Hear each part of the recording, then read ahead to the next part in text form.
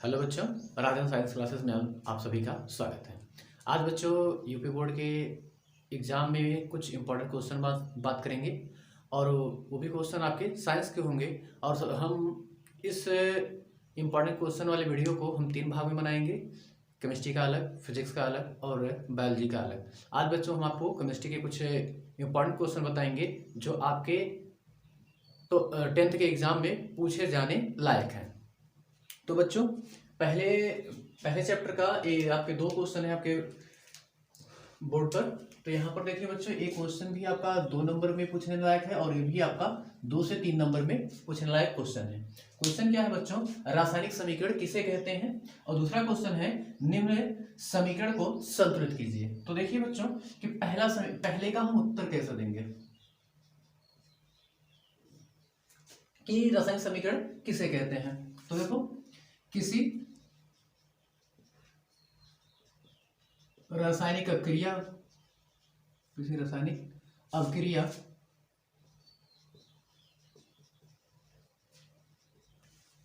में प्रयुक्त होने वाले अभिकारक उत्पाद के संकेतों एवं प्रतीकों और प्रतीकों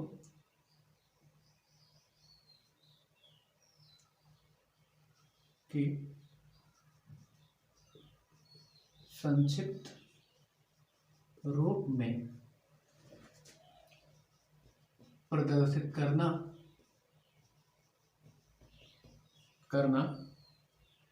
ही रासायनिक समीकरण कहलाता है। रासायनिक समीकरण कहलाता है।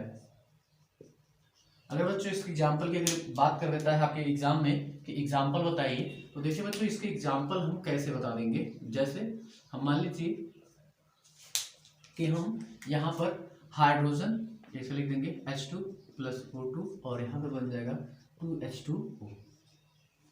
ठीक है बच्चों, ये आपके पहला क्वेश्चन हो गया। दूसरा क्वेश्चन जो 2 से 3 नंबर में पूछा जाएगा, इस क्वेश्चन में देखिए क्या करना है, निम्न समीकरण को संतुलित कीजिए। दोनों तरफ हम समीकरण को क्या करना है, संतुलित करना है। तो पहले हम इसको चेक कर लेंगे किस तरफ कौन सा एलिमेंट कम है और कौन सा एलिमेंट अधिक है। तो यहाँ पर सोडियम की संख्या 1 है, यहाँ पर सोडियम की संख्या 2 है, यानी इधर सोडियम 2 है, इधर सोडियम को बैलेंस करने की आवश्यकता है। तो यहाँ पे 2 से हम क्या कर देंगे, गुणा। तो यहाँ से 2 से गुणा करेंगे तो सोडियम डबल हो जाएगा, यहाँ पे सोडियम भी क्या हो जाएगा, डबल हो जाएगा। लेकिन यहाँ पर देखिए O और H, O की संख्या 2 हो गई और H की संख्या कितनी हो गई, 2 हो गई, यानी कि यहाँ पे दोनों हाइड्रोजन 4 और ऑक्सीजन की संख्या 6 हो गई। यहाँ पर देखिए 2 और यहाँ पे 4, यहाँ पर 2, हाइड्रोजन यहाँ पे 2 है और ऑक्सीजन यहाँ पे 4 है, यानी कि इसको 6 होना चाहिए। तो हम इसमें भी क्या कर देंगे, 2 से गुणा। यह रिएक्शन आपकी क्या हो गई, बैलेंस हो गई, इसमें कुछ करने की जरूरत नहीं है। दूसरा क्वेश्चन देखिए, दूसरा इसमें कैसे बैलेंस करेंगे। यहाँ पर देखिए बेरिलियम की संख्या 1 है, यहाँ पर इसकी संख्या 1 है, कोई दिक्कत नहीं।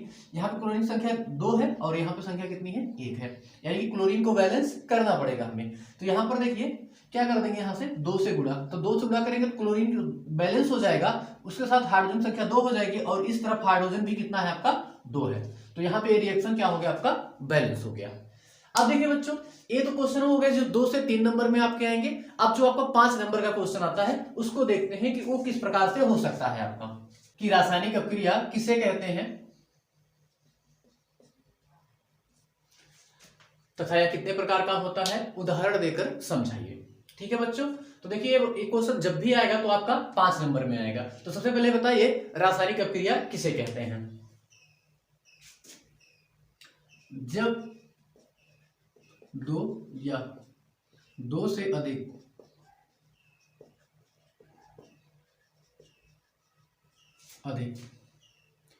पदार्थ मिलकर एक नए पदार्थ का निर्माण करते हैं तथा निर्मित पदार्थ अपने मूल पदार्थों से भिन्न होता है।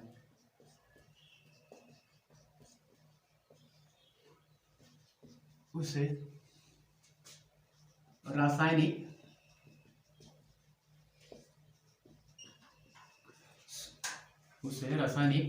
अभिक्रिया कहते हैं।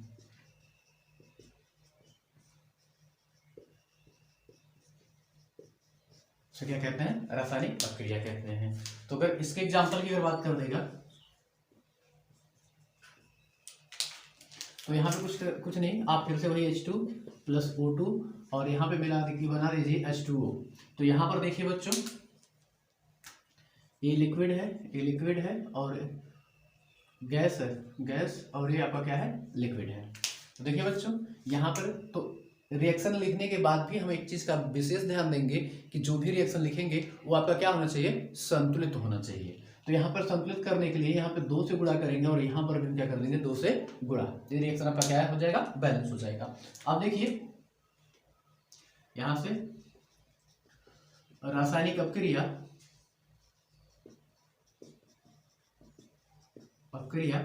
5 प्रकार की होती है।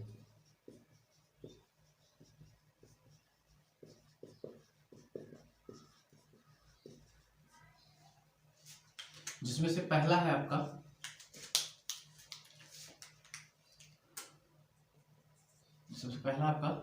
संयोजन अभिक्रिया।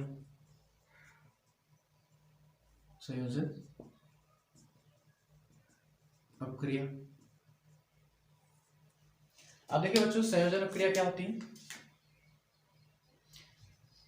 ऐसे अभिक्रिया जिसमें 2 या 2 से अधिक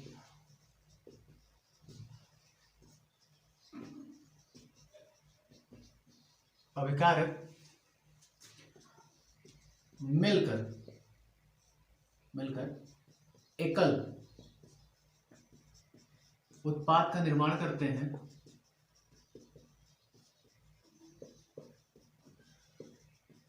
उसे संयोजन अभिक्रिया कहते हैं।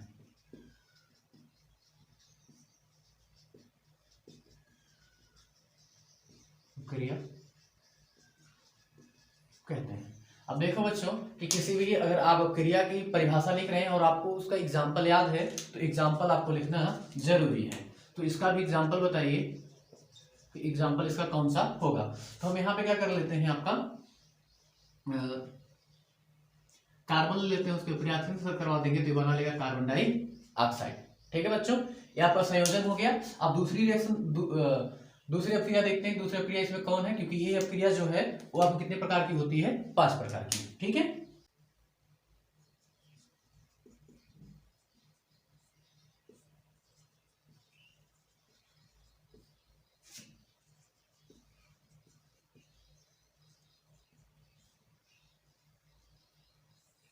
दूसरी अभिक्रिया बच्चों वियोजन अभिक्रिया या अपघटन अभिक्रिया। देखिए क्या होती है,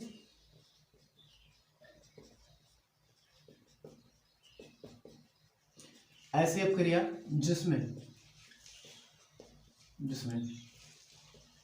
एकल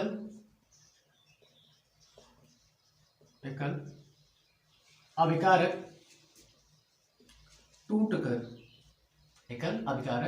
टूटकर 2 या 2 से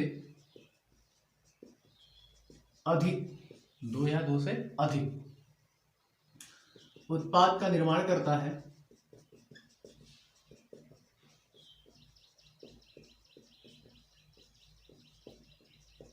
उसे वियोजन या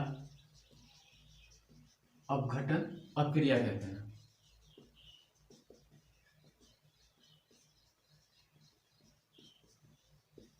वियोजन या अपघटन अभिक्रिया कहते हैं।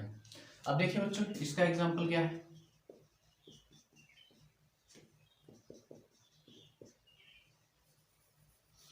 यहाँ पर ले लीजिए सोडियम बाइकार्बोनेट। जब इसको हीट कर देंगे बच्चों तो ये बना लेगा आपका सोडियम कार्बोनेट, साथ में कार्बन डाइऑक्साइड और साथ में जल। इसको बैलेंस कर लेंगे, सिर्फ यहाँ पे 2 से गुणा कर देंगे, रिएक्शन अपने आप बैलेंस हो जाएगी। अब देखिए इसमें तीसरी अपक्रिया कौन सी है, विस्थापन अपक्रिया। विस्थापन अपक्रिया। अब देखिए ये क्या होगा, ऐसी अपक्रिया जिसमें अधिक क्रियाशील तत्व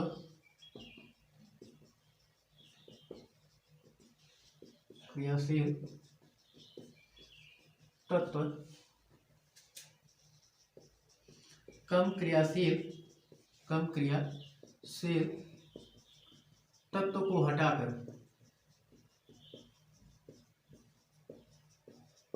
स्वयं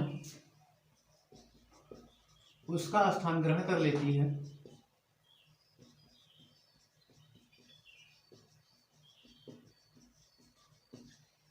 है, उसे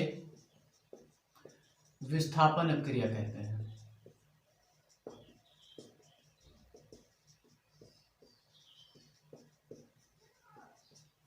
विस्थापन अपक्रिया कहते हैं। आपके एग्जाम्पल है बच्चों, आपके एग्जाम्पल है कॉपर की अपक्रिया करवा दीजिए आप H2SO4 के साथ। उसकी कॉपर की अपक्रिया H2SO4 के साथ कराएंगे तो यहाँ पे कॉपर सल्फेट बन जाएगा, यहाँ पे हाइड्रोजन गैस के रूप में क्या करेगी, बाहर निकल जाएगी। ये बच्चों तीसरी अपक्रिया होगी। अब चौथी अपक्रिया की बात करते हैं कि चौथी अपक्रिया इसमें कौन सी।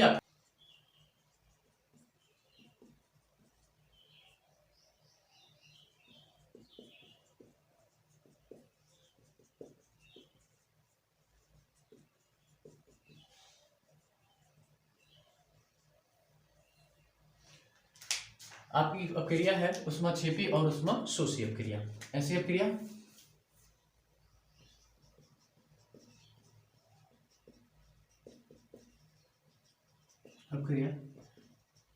जो पूर्ण होने के पश्चात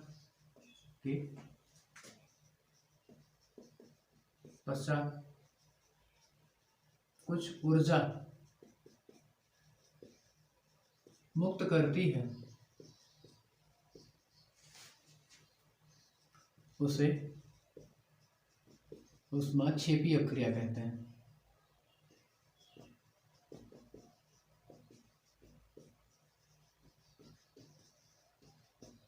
उसे ऊष्माक्षेपी अपक्रिया कहते हैं। अगर इसकी बात कर ले बच्चों तो देखिए बच्चों, यहाँ पे कार्बन प्लस ऑक्सीजन, जब इनको कार्बन को ऑक्सीजन की उपस्थिति में जलाएंगे तो यहाँ पर कार्बन डाइऑक्साइड निकलेगा और साथ में यहाँ पर आपकी कुछ ऊर्जा भी क्या करेगी, ऊर्जा भी क्या होगी, मुक्त होगी।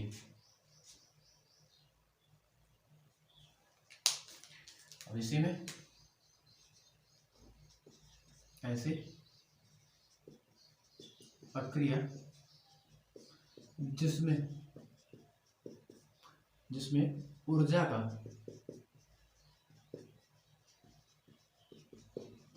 अवशोषण होता है, उसे ऊष्माशोषी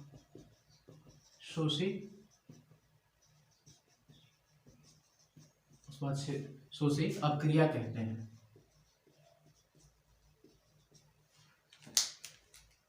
एग्जाम्पल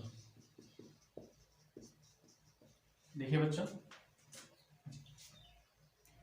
यहां पर आपका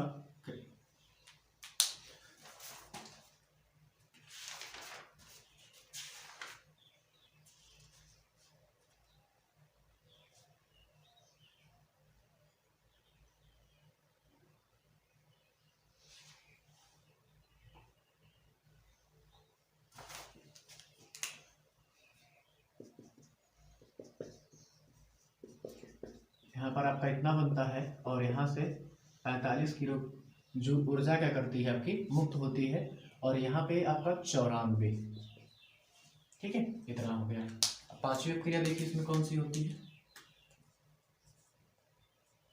पांचवी अपक्रिया जिसको बोलते हैं ऑक्सीकरण अपचयन अपक्रिया।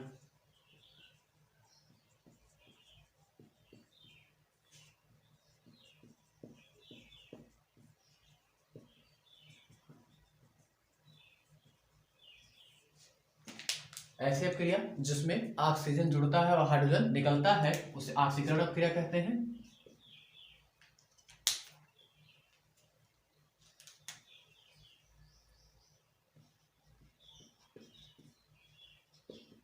ऐसी अपक्रिया जिसमें हाइड्रोजन निकलता है और ऑक्सीजन जुड़ता है उसे ऑक्सीकरण अपक्रिया कहते हैं।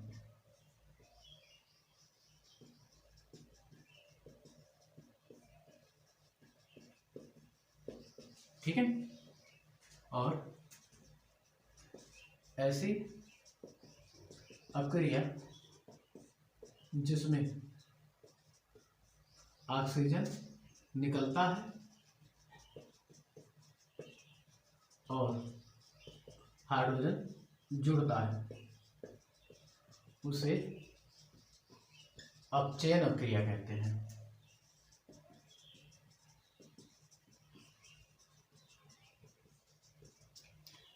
ये बच्चों पहले चैप्टर में मेरे हिसाब से जितने इंपॉर्टेंट क्वेश्चन थे वो आपके हो गए। अब सेकंड चैप्टर की बात करते हैं। देखिए बच्चों जो सेकंड चैप्टर है उसमें आपके मेरे हिसाब से 2 नंबर या 3 नंबर के जो क्वेश्चन बनेंगे वो आपके इस तरीके से बनेंगे। और देखिए अगर पहले की बात करता है तो पहला क्वेश्चन होगा पीएच मान किसे कहते हैं, दूसरा क्या है जल का आयनिक गुणनफल किसे कहते हैं, तीसरा क्या है संक्षारण किसे कहते हैं। अब बच्चों 1 बाय 1 देखते हैं कि कौन क्या होता है।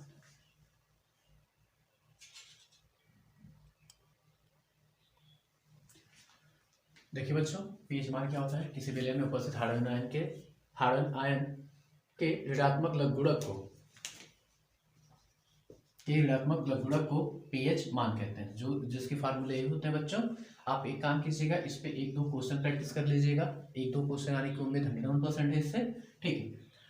और जल का आयनिक गुणनफल किसे कहते हैं, किसी विलयन में उपस्थित हाइड्रोजन आयन तथा OH माइनस आयन के ऋणात्मक लघुगणक के सांद्रता के गुणनफल को हम क्या कहते हैं, आयनिक गुणनफल कहते हैं। तो इसको KW से प्रदर्शित करते हैं। KW बराबर इतना होता है और KW 1 × 10⁻14 होता है, जिसमें से H प्लस आयन की सांद्रता 1 × 10⁻7 होती है और OH माइनस आयन की सांद्रता 1 × 10⁻7 होती है। अब इसमें से संक्षारण पूछता है बच्चों। तो जब कोई धातु नम वायु तथा जल के संपर्क में आता है तो वो धीरे धीरे नष्ट होने लगती है। इसी प्रक्रिया को हम क्या कहते हैं, संक्षारण कहते हैं। जिसमें से एग्जांपल है लोहे पर जंग लगना, जिसका आपका रिएक्शन इतना होता है। ठीक है बच्चों। देखिए बच्चों आपका जो 5 नंबर में क्वेश्चन पूछेगा वो इस तरह पूछेगा कि अम्ल तथा क्षार किसे कहते हैं तथा 2 रासायनिक गुण बताइए। 2 रासायनिक गुण का मतलब है दोनों के रासायनिक गुण बताने हैं और कितने बताने हैं, 2 बताने हैं। तो देखो जो हम अम्ल की परिभाषा लिखेंगे आर्हेनियस के अनुसार लिखेंगे। तो आर्हेनियस के अनुसार अम्ल की परिभाषा क्या होती, वे पदार्थ जो जलीय विलयन में वियोजित होकर H+ आयन देते हैं उन्हें हम अम्ल कहते हैं। उसका एग्जाम्पल ये हो जाएगा बच्चों। और वे पदार्थ जो जलीय विलयन में वियोजित होकर OH माइनस आयन देते हैं उन्हें हम क्षार कहते हैं और उसका एग्जांपल ये हो जाएगा बच्चों। ठीक है।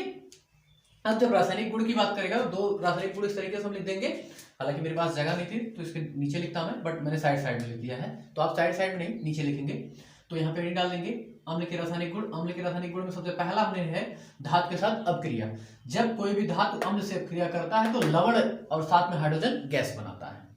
और जब कोई धातु ऑक्साइड अम्ल से अपक्रिया करता है तो लवण और साथ में क्या बनाता है, आपका जल बनाता है। क्षार के रासायनिक गुण, जब कोई धातु से क्षार अपक्रिया करता है तो लवण और साथ में हाइड्रोजन गैस बनाता है। और यहीं पर कोई अगर आधातु ऑक्साइड क्षार के साथ अपक्रिया करता है तो लवण और साथ में क्या बनाता है, आपका जल बनाता है। ये बच्चों सेकंड चैप्टर के सारे इंपॉर्टेंट क्वेश्चन हो गए जो मेरे हिसाब से थे। अब देखते हैं थर्ड चैप्टर के इस तरीके से बनेंगे। जैसे पहला है आपका प्लास्टर ऑफ पेरिस बनाने की विधि तथा उसके 2 उपयोग लिखिए। जिप्सम को अगर गर्म कर दिया जाए तो आपका क्या बनता है, प्लास्टर ऑफ पेरिस बनता है।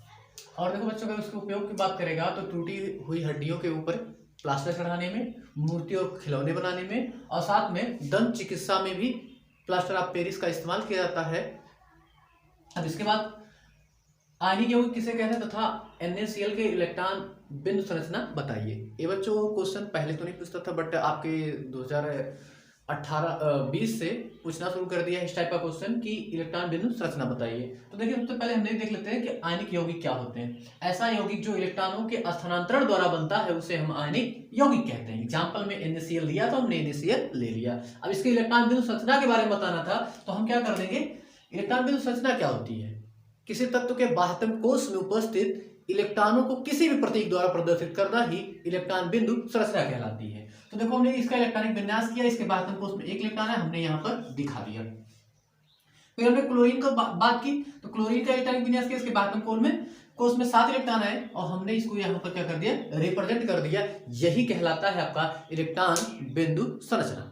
ठीक है बच्चों, अब इस चैप्टर में बात करते हैं कि 5 नंबर का क्वेश्चन क्या पूछ सकता है। इस चैप्टर में 5 नंबर का क्वेश्चन आपका पूछेगा धातु किसे कहते हैं, धातु के रासायनिक गुण के बारे में पूछ लेगा। आपका 3 पूछ लेगा, 5 पूछ लेगा, अब डिपेंड करता है कितने नंबर का क्वेश्चन दे रहा है। अगर 5 का देगा तो आपका धातु की परिभाषा और साथ में उसका भौतिक गुण और रासायनिक गुण पूछ लेगा। अगर आधातु पूछता है तो आधातु का परिभाषा, आधातु की भौतिक गुण और आधातु की रासायनिक गुण के बारे में पूछ लेगा। ये इसमें बिना डाउट के। ठीक है बच्चों, अब इसके बाद बात करते हैं अगले वाले चैप्टर में जिसमें अच्छे से क्वेश्चन बनते हैं और ज्यादा।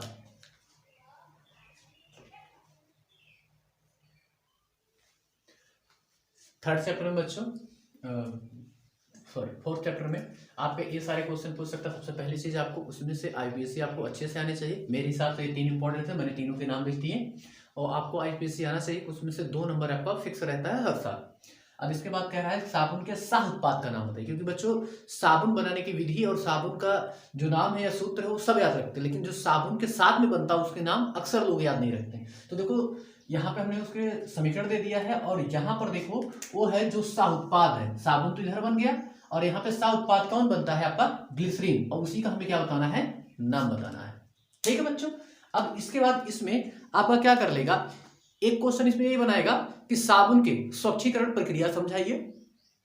दूसरा क्वेश्चन इसमें और क्या बनाएगा, जो 5 नंबर में होगा वो होगा आपका एथिल अल्कोहल बनाने की विधि तथा उसके भौतिक गुण और साथ में रासायनिक गुण पूछ लेगा, जो कि बच्चों एकदम आसान है। हम उसको बताते हैं अभी आपको।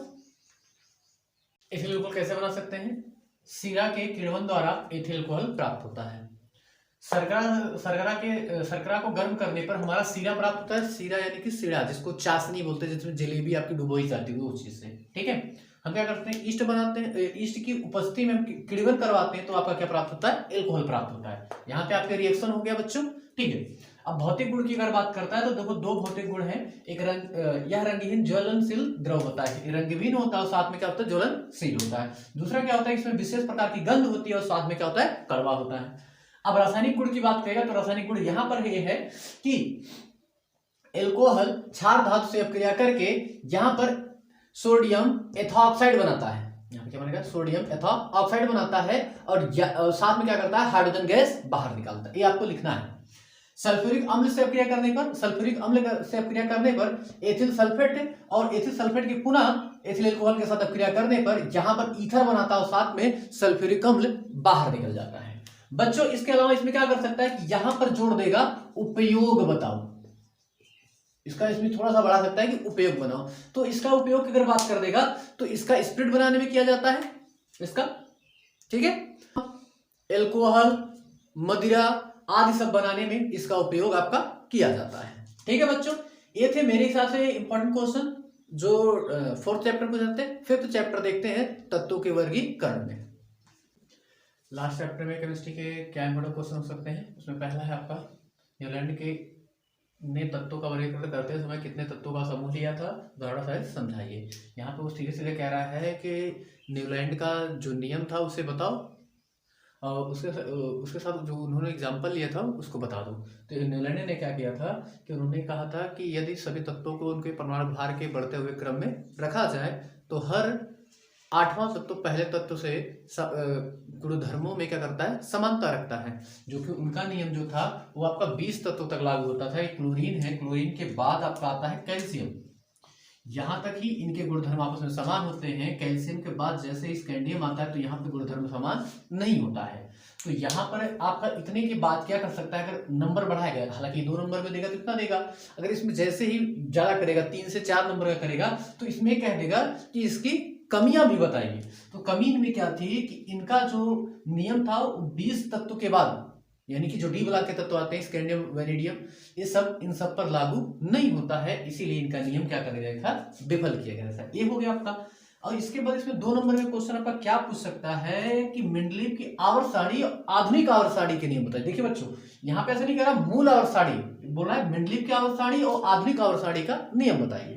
तो देखो मेंडलीव की आवर्त सारणी क्या था कि तत्वों के भौतिक एवं रासायनिक गुण परमाणु भार के आवर्ती फलन थे, ये मेंडलीव का नियम था। और आधुनिक आवर्त का या मेंडलीव के आधुनिक आवर्त सारणी का नियम क्या था, तत्वों के भौतिक गुण एवं रासायनिक गुण परमाणु क्रमांक के आवर्ती फलन होते हैं। अब देखिए बच्चों, ये तो दो नंबर का क्वेश्चन हो गया। अगर यही क्वेश्चन इस 4 नंबर या 5 नंबर में करेगा तो ये क्या कर देगा कि इसकी विशेषता पूछ लेगा, चाहे आपकी मूल आवर्त सारणी की, चाहे आपकी आधुनिक आवर्त सारणी की। इसी में अगर आवर्त सारणी की विशेषता नहीं पूछ रहा है तो दोनों की कमियां पूछ लेता है, मूल आवर्त सारणी में क्या कमियां थी और आधुनिक आवर्त सारणी में क्या कमियां थी। इससे ज्यादा इसमें क्वेश्चन बनने वाले नहीं है मेरे हिसाब से, ठीक है बच्चों। और आप इनके अलावा थोड़े अदर क्वेश्चंस भी देख लीजिएगा, जैसे पीएच वाले पर क्वेश्चन कर लीजिएगा, पीएच मान वाले पे क्वेश्चन 2-4 चेक कर लीजिएगा, प्रैक्टिस कर लीजिएगा। उसमें से एक आध क्वेश्चन आने की मुझे संभावना लग रही है कि एक आध क्वेश्चन उससे आ सकता है। और उसके बाद इसको तो अच्छे से याद कर लीजिएगा। इसके बाद आप आईपीएससी अच्छे से याद कर लीजिएगा। आईपीएससी से भी 1-2 क्वेश्चन तो फिक्स रहेगा आपका, ठीक है। और समीकरण को संतुलित करना जो पहला चैप्टर है उसको याद कर लीजिएगा अच्छे से एकदम, ठीक है। और लवड़ याद कर लीजिएगा, लवड़ कोई एक लवड़ अच्छे से बनाने की पूरी विधि, ठीक है। बस इतने अगर आप याद कर ले रहे हैं तो इसमें से आपका केमिस्ट्री का नंबर एक भी बाहर नहीं जाएगा, इतने में आपका कंप्लीट हो जाएगा, ठीक है बच्चों। तो ये आपके द्वारा दी गई जानकारी आपको समझ में आई और अच्छी लगे तो आप मेरे चैनल को लाइक, अपने दोस्तों के साथ शेयर और सब्सक्राइब जरूर कीजिएगा।